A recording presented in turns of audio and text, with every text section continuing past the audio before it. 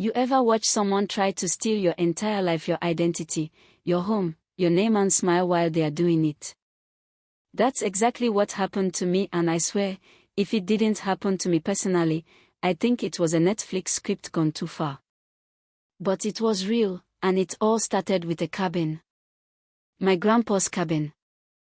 The one I inherited, the one I was supposed to find peace in after years of burnout and corporate nonsense. It was supposed to be a reset. Just me, the lake, the pine trees, and silence.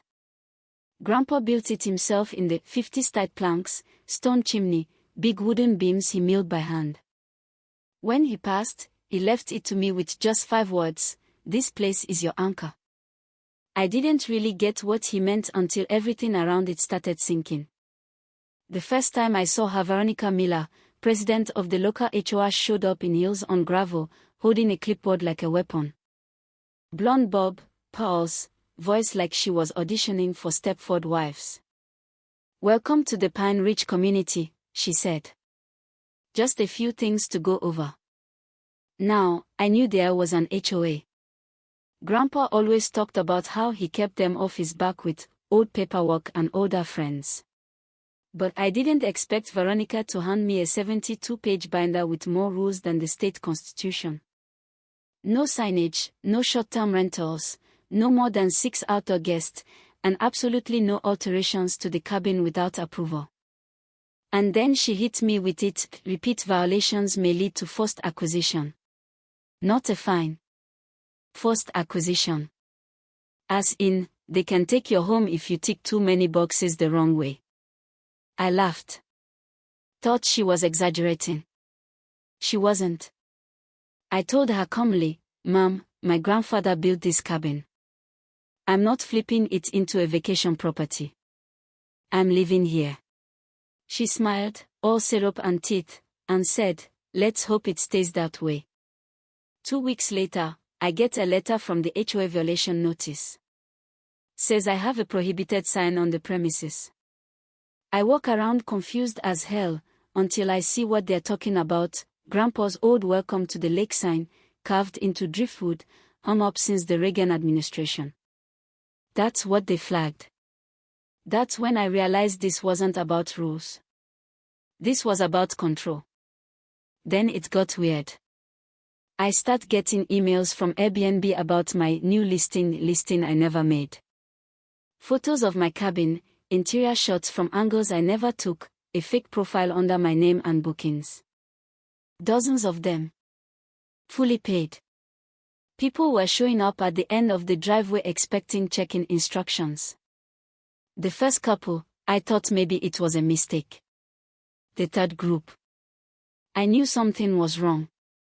I contact MT, say it's verified, tied to my identity. Driver's license, tax ID, even my signature.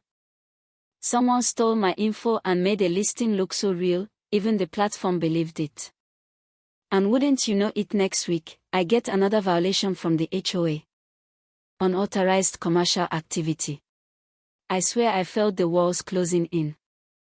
I wasn't running a business. I wasn't even renting a room. But someone sure wanted it to look like I was. So I do some digging. Ask around. That's when I meet Sage Willowis. That's her real name. She's 74, sharp as a damn tack, and used to do audits for the IRS. She was close to my grandpa and had her own history with Veronica. "You're not the first," she told me. She's run 3 families off this lake in the past 5 years. Every single one got slapped with violations, then magically their property went into community acquisition after they couldn't keep up with the fines. You see where this is going? I started tracking everything. Dated every notice, recorded every interaction, and had my buddy Daniel, cybersecurity guy, look into the Airbnb side. Turns out, whoever made the fake listing had access to a verified backend channel, something Airbnb usually reserves for property managers or major partners. It wasn't a scammer in Ukraine. This was someone inside. The final straw. A group of influencers showed up one weekend. Ring lights, champagne, TikTok dances on the dock live streaming from my living room. I lost it. Walked right in, told them they were trespassing. They screamed, called me a lunatic, said I was the scammer. And guess who shows up with the sheriff and a local news crew? Veronica. In full makeup. Holding a printout of the fake listing like it was gospel. This man, she says into the camera, has been fraudulently renting this property and threatening our peaceful community. I stood there, completely stunned. And handcuffed. They didn't even give me time to explain. Took me in like some backwoods criminal. Meanwhile, the story hit local TV, man scams influencers with fake lake rental. By the time I was released, charges dropped because I had actual proof he had already been crucified online. Clients ghosted me. Friends questioned me. Hell, even my ex texted, "I saw the news, wow." But you know what? I wasn't done. I handed everything, every notice, every fake booking, every photo to Sage. And she brought it to someone who actually mattered. Her niece, Patricia Morrison, worked for a federal task force investigating HOA corruption and property fraud. Apparently, this kind of thing was happening all over the state. Phony fines, fake bookings, inside jobs. Veronica wasn't just a control freak, she was running a full-on racket. 2 weeks later, the FBI was crawling all over Pine Ridge. They uncovered $4.3 million in fake contractor payments, ghost invoices, even rigged HOA elections.